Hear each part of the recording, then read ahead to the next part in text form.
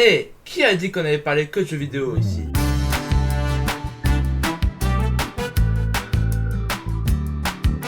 Ok, la nouvelle transformation tant attendue du manga game, celle de Luffy, est sortie en animé il y a quelques semaines.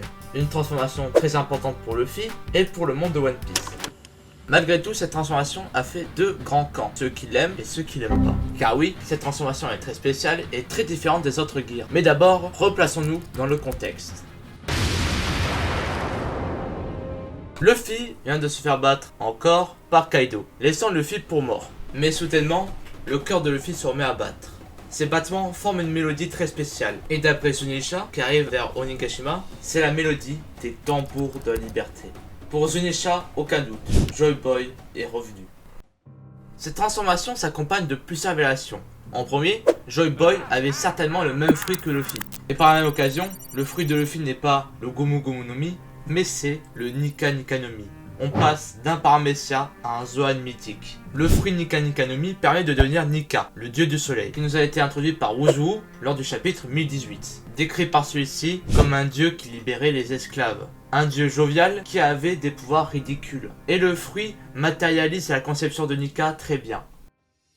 Luffy l'éveille devenant un mi-homme, mi-Nika. Son fruit est à présent pleinement éveillé et ses pouvoirs sont incroyables. Il peut transformer son environnement en caoutchouc, il peut créer des lunettes à partir de ses cheveux. En bref, il a ce qu'on appelle la Toon Force. C'est la capacité de pouvoir modifier la réalité à travers des actions comiques. D'où la comparaison avec les Looney Tunes car c'est le même concept. Alors pourquoi cette transformation déçoit? Tout simplement à cause de plusieurs facteurs. En premier, l'épisode où apparaît le Gear 5 a les mêmes problèmes que tous les autres épisodes de One Piece, c'est-à-dire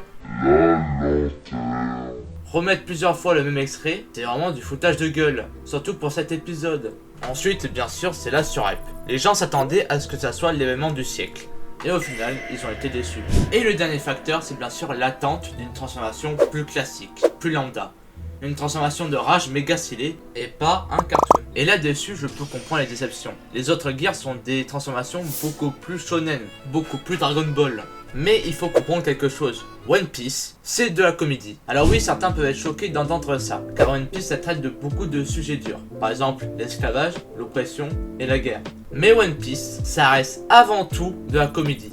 Et donc, le Gear 5 est le parfait aboutissement de ça. Une transformation comique, qui est ridicule, mais qui est très cohérent avec l'univers. Et ceux qui la trouvent pas bien, bah sachez-le que vous pouvez toujours regarder Dragon Ball, avec des bonnes grosses transformations bien stylées. Mais par contre, n'allez pas vous plaindre que Luffy ne s'est pas transformé en un Super Saiyan. Grâce au Gear 5, Luffy peut se battre comme il a envie, et au-delà dessine aussi ce qu'il a envie. Et c'est ça le plus important. C'était Nin, merci à vous.